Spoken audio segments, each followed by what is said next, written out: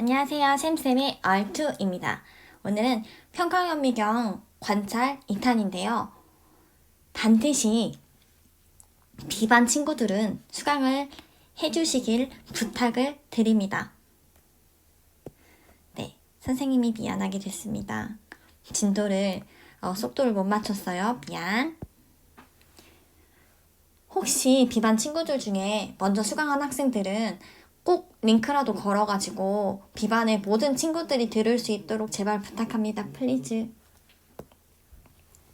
자, 일단 평강현미경 관찰에 대해서 우리가 개방 니콜 다색성, 직교 니콜 간섭색 소강을 본다는 걸 배웠어요. 그러면 여기에서 한번 문제를 풀면서 응용을 해볼게요. 흑음모가 이방체죠? 이방체니까 돌리면 이렇게 다색성이 나타나. 흑음모는 다색성이 나타난다? 유색 광물이니까 나타나죠. 네, 다색성을 관찰하려면 어떻게 평강현미경을 조작해야 할까? 개방니콜 다색성, 그쵸? 상부니콜, 개방니콜, 재물대를 포함하라고 했으니까 상부니콜을 뺀 개방니콜에서 재물대를 회전시키면 다색성을 볼 수 있죠. 그래서 이렇게 밝기가 변해요. 색이 변하기도 하는데 되게 미세하게 변하거든요. 다색성. 유튜브로 보여줬어야 되는데. 그다음 여기 왼쪽 그림에서 지금 이게 휘석의 간섭색이나 소강인데 선생님 소강이 뭐라고 했죠? 빛이 깜깜한 걸 소강이라고 했죠. 그러니까 오른쪽이 소강이고 왼쪽이 간섭색이에요. 색이 조금 이렇게 재물대를 회전시키다 보면은 이 간섭색도 계속 변합니다. 색이 좀 찬란하게 변한다라고 이야기를 합니다. 간섭색은. 그래서 간섭색과 소강에 해당하는 걸 쓴다면 자, 먼저 왼쪽이 간섭색, 오른쪽이 소강이죠. 깜깜하니까. 이때 소강은 360도에 4번 나타나죠. 90도마다 한 번. 다음, 자, 여기 왼쪽 그림을 보면 이게 석영을 어떤 니콜인지 모르겠는데 관찰을 했대요. 어떤 니콜에서 관찰했길래 석영이 이렇게 색깔이 알록달록하게 이렇게 청록색으로 보일까요? 개방 니콜 누구야? 이거 직교 니콜이죠? 개방 니콜에서 석영은 투명하게 보여야 돼요. 왜? 무색 광물이니까. 그쵸? 따라서 이렇게 색이 청록색도 보이고 이렇게 색이 보였다라면 이거는 직교 니콜입니다. 간섭색인 거예요. 개방 니콜에서 봤더라면 석영은 투명 광물이기 때문에 색이 안 보여. 그러니까 석영은 사실 다색성도 나타나질 않아 버리죠. 색이 없으니까 개방 니콜에서 관찰하면서 석영을 재물대를 회전을 해도 석영은 다색성이 없죠. 그런데 어떤 니콜인지는 모르겠지만 석영의 색이 이런 식으로 뭔가 찬란하게 보였다? 이거 직교 니콜입니다. 알았죠?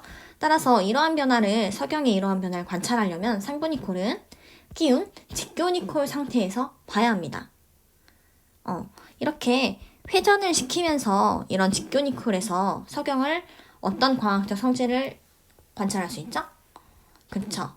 간섭색 소강, 직교 니콜 간섭색 소강, 직간소. 네. 다음, 자, 이 왼쪽 사진은 지금 석유석을 어떤 니콜 상태에서 관찰을 했어요. 어떤 니콜일까? 그치. 개방 니콜이겠죠? 석유석은 등방체입니다. 따라서 직교 니콜에서 석유석은 아예 깜깜하게 안 보여야 되는데 보이죠? 이게 석유석이야. 잘 보면 약간 붉은 계열의 핑크핑크하게 보이거든요. 석유석이 가넷이라고 했죠? 네, 이렇게 핑크핑크하게 보이는데 얘는 지금 개방 니콜이라는 얘기예요. 직교 니콜이 아니야. 자, 문제. 석유석에서 다색성이 나타난다? 안 나타나. 왜? 석유석은 등방체니까 다색성이 없어요. 그쵸? 그래서 개방 니콜에서 석유석은 그냥 이렇게 지색이 보여요. 다음에 직교 니콜에서 만약에 석유석을 본다면 어떤 특징? 완소, 완전 소강. 등방체는 완소, 다이아는 완전 소중하죠? 뭐래? 자, 선생님이 여기 별표를 쳤어요. 별표 친 건 조금 더 의미가 있겠죠? 눈치가 있지? 네, 그 다음 평강현미경으로 암석의 조직도 관찰할 수 있어요. 사실 지구가 원해서 암석 조직 사진들 나타나는 거 싹 다 평강현미경으로 본 거예요. 네, 먼저 화성암 한번 볼게요. 화성암은 선생님이 저번에 광물은 광물마다 고유의 결정 구조가 있다라고 했죠. 근데 화성암이 산출되면서 한 번에 모두 다 광물이 딱 정출되는 게 아니라 용융점의 순서대로 정출이 되다 보니까 먼저 정출되고 나중에 정출되는 광물들이 있어요. 자, 여기 사진을 보면 A는 본인의 결정 구조가 예를 들어 이 모양이라고 하자. 온전히 갖췄죠. 근데 C는 지 모양이 이거인 것 같은데 A에 조금 끼워서 약간 덜 갖췄죠, 자기 모습을. 네, 이렇게 자기 모습을 온전히 갖춘 것을 A의 자형, 스스로 자자. 다음에 C처럼 자기 모습을 일부만 갖춰서 반절만 갖추면 반자형. 근데 B는 볼게요. B는요. 지금 안 보이네. 파랑색. B는 이게 지금 다 B야. B는 그니까 지 모습이 뭔지를 모르겠어. A랑 C가 정출된 나머지 빈 공간에 채우다시피 지금 B가 하니까 지 모습이 모르겠어. 그래서 지 모습을 완전히 못 갖추고 그냥 이미 있는 공간에 타의에 의해서 형태가 만들어졌죠. 그래서 B는 타형. 타형. 네. 따라서 생성 순서는 A, 그 다음 일부 갖춘 C, 그 다음 아무것도 못 갖춘 B, 이 순서입니다. 그래서 먼저 높은 온도에서 점점 낮은 온도로 이렇게 정출이 됐겠죠. 화성암의 조직. 여기는 정말 속 이지하죠. 이거 알고 있어야 돼. 자, 심성암, 그리고 반심성암, 화산암은 냉각 속도에 따라서 입자의 크기가 좀 다르죠. 먼저 심성암은 지하 깊은 데서 서서히 식어서 조립질. 다음에 분출해서 급격하게 식었으니까 화산암은 세립질. 그래서 잘 보면 조립질은 굉장히 입자가 커요. 그리고 세립질은 입자가 작죠. 1mm 스케일보다 훨씬 작잖아. 세립질은 정말 입자가 작아요. 근데 우리가 안 배운 게 있어. 이게 지금 반심성암이라고 해서 반심성, 반절은 심성이래. 반심성암은 어떤 구조를 가지고 있냐면 반상조직이라고 이야기를 하는데 잘 보면 여기에 커다란 반정들이 보이고요. 그리고 세립질과 똑같이 입자가 짜끄만한 여기 이런 석기가 보여요. 반정석기라고 합니다. 이런 것들이 섞여있는 조직을 반상조직이라고 하는데 반절이 심성인 거야. 그러니까 뭔 말이냐면 이렇게 입자가 큰 반정들이 있고 사이사이에 석기가 채워져 있어. 반정이 석기보다 크기는 크죠? 보이죠? 그럼 누가 빨리 식었겠니? 석기가 빨리 식었으니까 자기 몸을 못 키운 거잖아? 그래서 먼저 뭔가 비교적 깊은 데에서 서서히 식으면서 결정을 키워가고 있는데 갑자기 어떻게 틈이 생겨서 빵! 분출해요.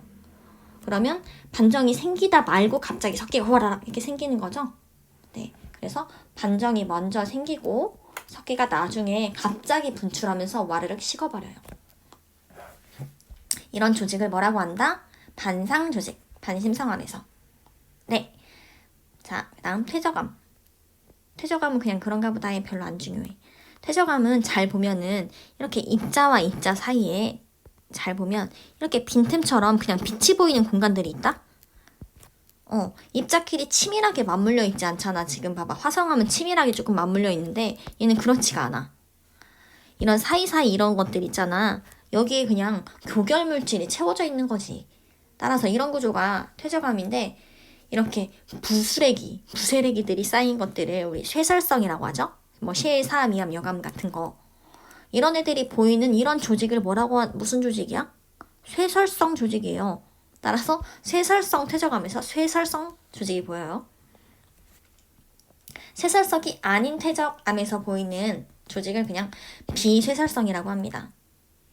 뭐 화학적 퇴적암이나 유기적 퇴적암에서 이런 비쇠설성 조직이 보이는데 잘 보면 뭐 화석이 있다거나 뭐 이래요. 아니면 얘네는 이렇게 쇠설성이 아니니까 입자의 빈틈이 나타나질 않고 뭐 맞물려 있긴 해요. 얘네는 별로 안 중요해요. 자, 변성암 조금 알아야 될 것 같아요.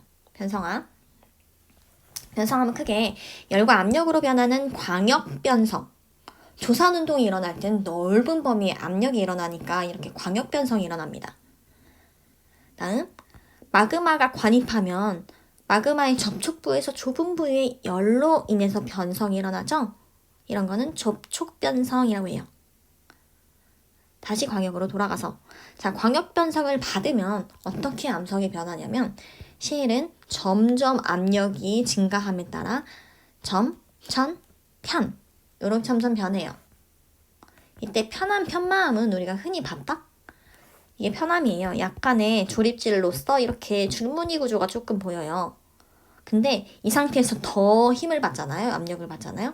그러면 이렇게 뭔가 판상광물이 이렇게 줄무늬로 배열된 구조인 편마 구조까지 보이게 됩니다. 이게 편마함이에요. 분명히 봤어. 꽃 옆에 이거 잘 놔요. 예뻐가지고. 네, 이게 편마함이에요. 이렇게 편함에서 보이는 편리 구조나 아니면 편마함에서 보이는 편마 구조 있죠? 이런 변성함에 나타나는 줄무늬를 염리라고 해요. 이쪽으로 가서 염리. 그러니까 염리는 뭔가 암석이 힘을 받았을 때 힘의 방향에 수직하게 배열되는 줄무늬예요. 염리. 네, 이것들이 염리죠. 염리 중요합니다. 눈치 있죠? 네. 그래서 염리는 이렇게 생겼으니까 결국 이렇게 수직하는 방향으로 힘을 받았다라는 걸 아주 쉽게 알 수 있죠. 네. 그리고 자, 다시 돌아가서 광역 변성을 받으면 사암은 규암, 석회암은 대리암이 된다고 합니다. 사규, 석대. 근데 접촉 변성을 받아도 사암이랑 석회암은 이름이 똑같아요. 근데 여기에 선생님이 또 이거 강조했네요. 셰일이 열을 받게 되면은 그 접촉 부위에서 뭔가 도자기가 구워지듯이 구워져요. 그러다 보니까 이렇게 입자가 치밀하면서 굉장히 단단해지는데 이런 조직을 혼펠스라고 해요. 뿔이죠.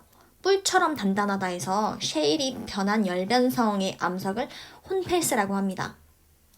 그래서 홈펠스에서 보이는 조직은 홈펠스 조직이다. 알겠니, 진우가?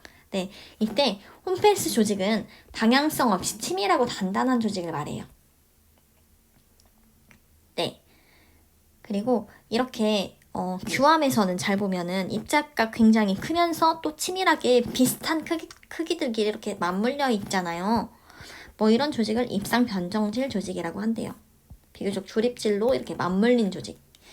그냥 그런가 보다 하세요. 이거 안중이에요. 네. 따라서 오늘 홈페이스 꼭 아시고요. 염리 꼭 알고 갈게요. 됐나요? 그러면 안녕.